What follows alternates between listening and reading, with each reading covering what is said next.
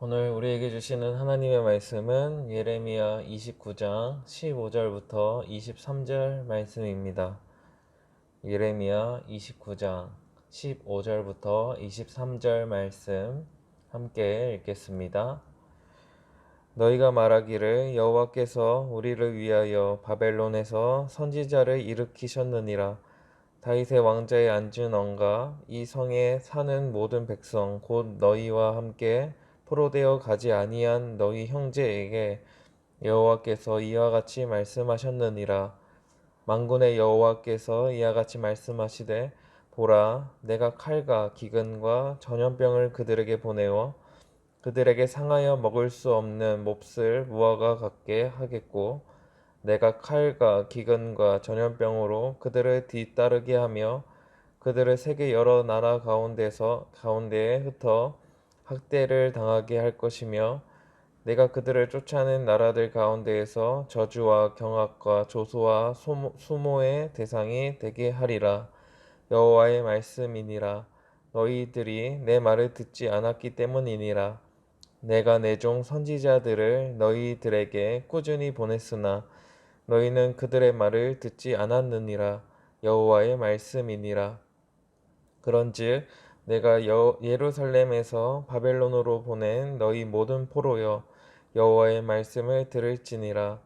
만군의 여호와 이스라엘의 하나님께서 골라야의 아들 아합과 마아세야의 아들 시드기야에 대하여 이와 같이 말씀하시니라. 그들은 내 이름으로 너희에게 거짓을 예언한 자라. 보라, 내가 그들을 바벨론의 왕 느부갓네살의 손에 넘기리니 그가 너희 눈앞에서 그들을 죽일 것이라. 바벨론에 있는 유다의 모든 포로가 그들을 저주거리로 삼아서 이르기를, 여호와께서 너를 바벨론 왕이 불살라 죽인 시드기야와 아합 같게 하시기를 원하노라 하리니, 이는 그들이 이스라엘 중에서 어리석게 행하여 그 이웃의 아내와 간음하며 내가 그들에게 명령하지 아니한 거짓을 내 이름으로 말함이라. 나는 알고 있는 자로서 증인이니라. 여호와의 말씀이니라 하시니라. 아멘.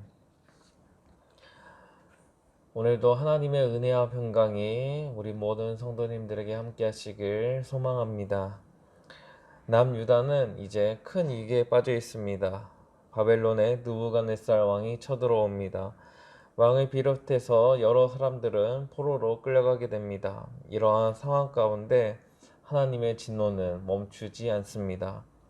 포로로 끌려가지 않고 아직 남아있는 자들에게 그 진노를 부으신다고 말씀하십니다. 15절과 16절을 함께 읽겠습니다. 너희가 말하기를 여호와께서 우리를 위하여 바벨론에서 선지자를 일으키셨느니라. 다윗의 왕자에 앉은 왕과 이 성에 사는 모든 백성 곧 너희와 함께 포로되어 가지 아니한 너희 형제에게 여호와께서 이와 같이 말씀하셨느니라.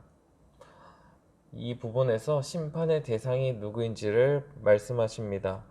다윗의 왕자에 앉은 왕은 지금 남유다의 왕 시드기야를 뜻합니다.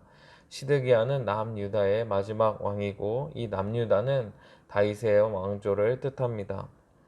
멸망이 눈앞에 있고 많은 사람들이 바벨론의 포로로 끌려가게 됩니다. 이런 위기에서는 원래 왕은 하나님께 엎드려 기도해야 합니다.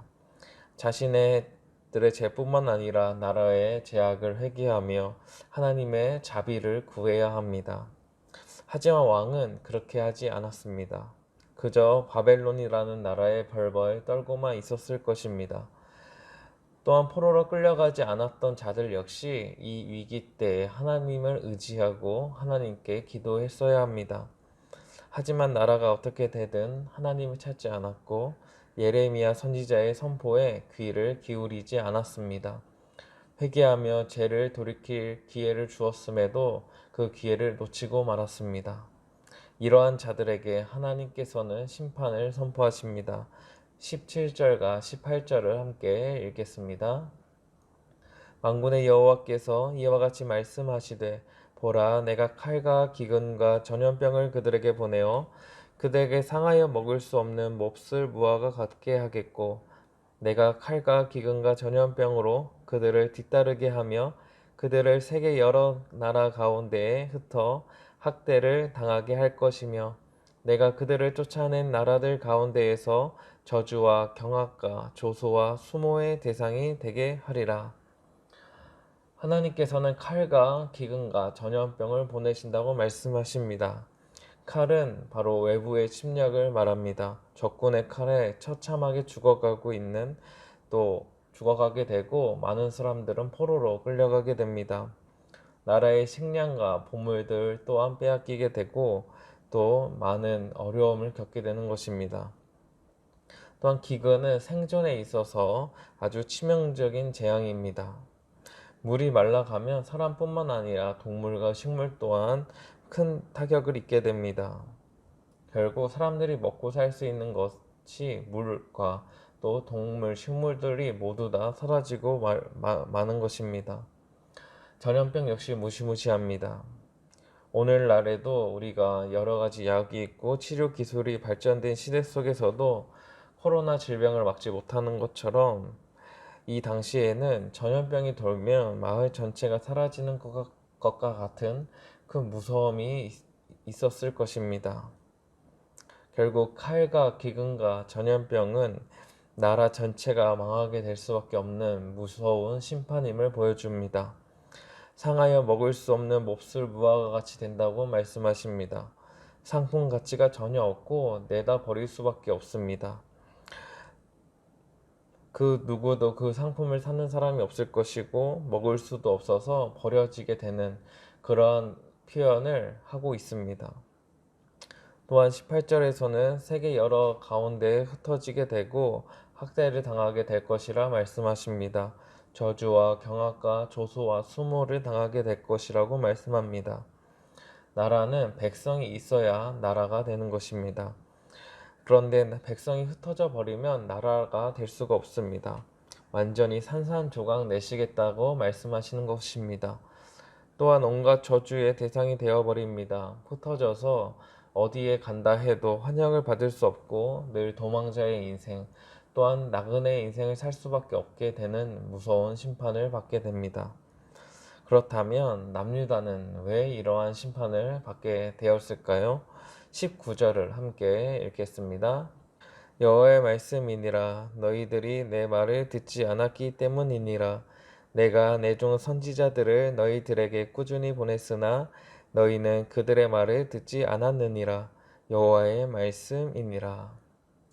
하나님께서는 선지자를 계속 보내셨습니다. 하지만 백성들은 선지자의 말을 듣지 않았습니다. 즉 하나님의 말씀대로 살지 않았고 자신들이 살고 싶어 하는 대로 자신들이 누리고 싶어 하던 대로 살아갔던 것입니다. 이것은 바로 죄악입니다.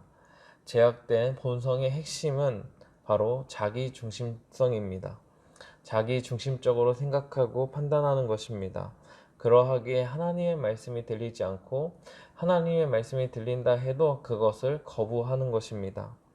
하나님의 말씀이 오히려 나를 억압한다고 느껴지는 것입니다. 그러하기에 그 말씀대로 살아가는 건 역시 어리석은 일이고 그 말씀대로 살지 않고 내 생각과 내 판단대로 살게 되는 것이 바로 죄인의 모습입니다. 오늘날에도 이러한 모습은 쉽게 찾아볼 수 있습니다. 자기 중심적으로 살아가는 것이 오늘날에서는 행복한 인생이라고 가르칩니다. 이러한 현상은 죄의 본성을 따라갈 때 나타나는 현상입니다. 우리 그리스도인들은 어떠해야 합니까? 나의 생각대로 내가 하고 싶은 대로 살아가는 것이 그것이 진정한 행복이 아니라는 것을 우리는 알고 있습니다. 우리는 하나님의 말씀대로 살고 하나님의 말씀을 따라갈 때 진정한 행복한 사람인 것을 우리는 알고 있습니다. 왜냐하면 우리의 생각과 행동은 언제든지 죄로 인해 더럽혀질 수 있고 잘못 판단할 수 있기 때문입니다. 그러기에 하나님의 말씀을 따라 사는 것이어야말로 우리는 죄에서 벗어날 수 있고 진정한 행복을 누리게 되는 것입니다. 이제 하나님께서는 포로들을 향해서 말씀하십니다. 20절과 21절을 함께 읽겠습니다. 그런즉 내가 예루살렘에서 바벨론으로 보낸 너희 모든 포로여 여호와의 말씀을 들을지니라. 만군의 여호와 이스라엘의 하나님께서 골라야의 아들 아합과 마아세야의 아들 시드기야에 대하여 이와 같이 말씀하시니라. 그들은 내 이름으로 너희에게 거짓을 예언한 자라. 보라, 내가 그들을 바벨론의 왕 느부갓네살의 손에 넘기리니 그가 너희 눈 앞에서 그들을 죽일 것이라. 하나님께서는 거짓 선지자들을 죽일 것이라고 말씀하십니다.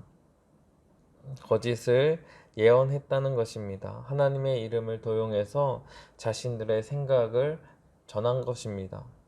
이것은 10계명 중에 특별히 3계명을 위반했다고 볼 수 있습니다. 하나님의 이름을 망령되이 부르는 것입니다. 거짓을 예언한다는 것이 어떠한 죄인지를 한 번 더 설명하고 있는데요. 23절을 함께 읽겠습니다.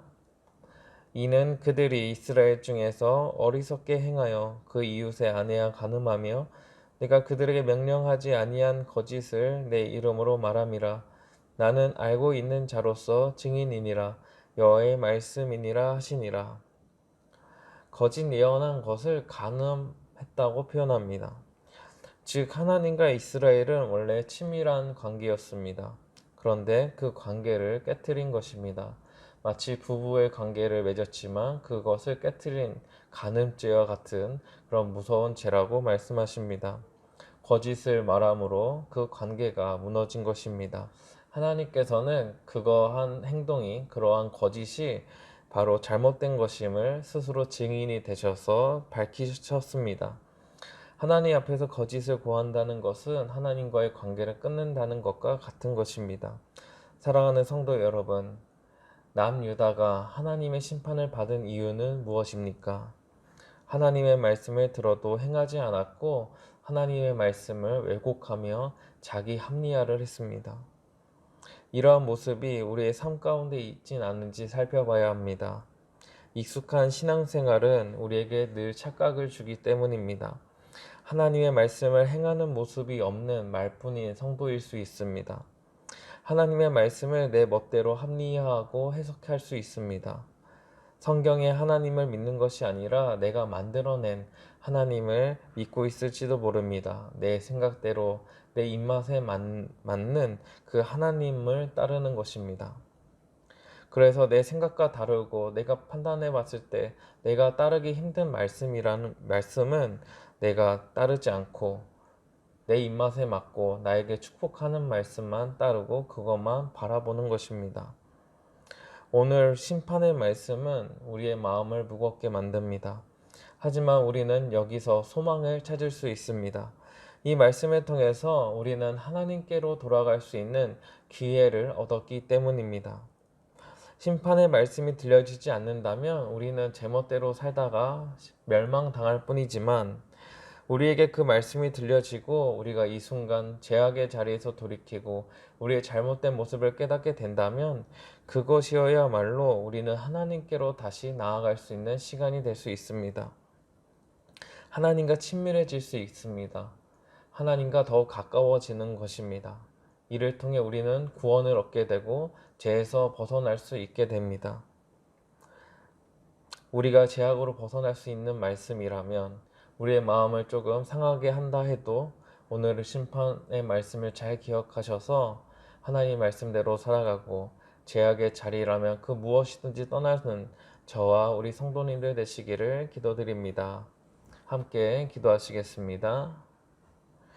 하나님 아버지, 오늘 심판의 말씀을 들려주시니 감사드립니다. 우리의 마음속에 있는 이 죄악들을 깨닫게 하시고 찔러서 우리가 죄악이 무엇인지 알게 하여 주시옵소서. 우리 스스로는 죄악을 깨달을 수 없습니다. 많은 선지자를 보내셔도 이스라엘 백성들은, 남유다 백성들은 깨닫지 못하고 하나님 앞에 돌아가지 못했던 것처럼 우리도 그 말씀이 들려져도 강팍한 마음으로 살아갈 때가 많이 있습니다. 이런 저희들을 불쌍히 여기시고 주님께서 은혜를 더하여 주셔서 우리의 죄가 무엇인지, 무엇을 잘못하고 있는지 깨닫게 하시고 돌이켜서 우리가 하나님의 말씀 안에 거하는 우리 모든 성도님들로 인도하여 주시옵소서. 우리가 하루하루 살아갈 때마다 이 말씀이 필요합니다. 그것을 알면서도 그 말씀을 듣지 않고 그 말씀대로 행하지 않는 저희들을 불쌍히 여겨 주시옵소서. 오늘도 영상을 통해 나누는 이 말씀을 통하여 저희들 다시 한번 하나님께로 돌아갈 수 있는 기회를 허락해 주셨사오니 오늘 말씀을 통해 저희들 말씀으로 다시 돌이키게 하시고 더욱 하나님과 가까워지고 친밀해지는 시간이 되게 하여 주시옵소서. 살아계신 예수님의 이름으로 기도드립니다. 아멘.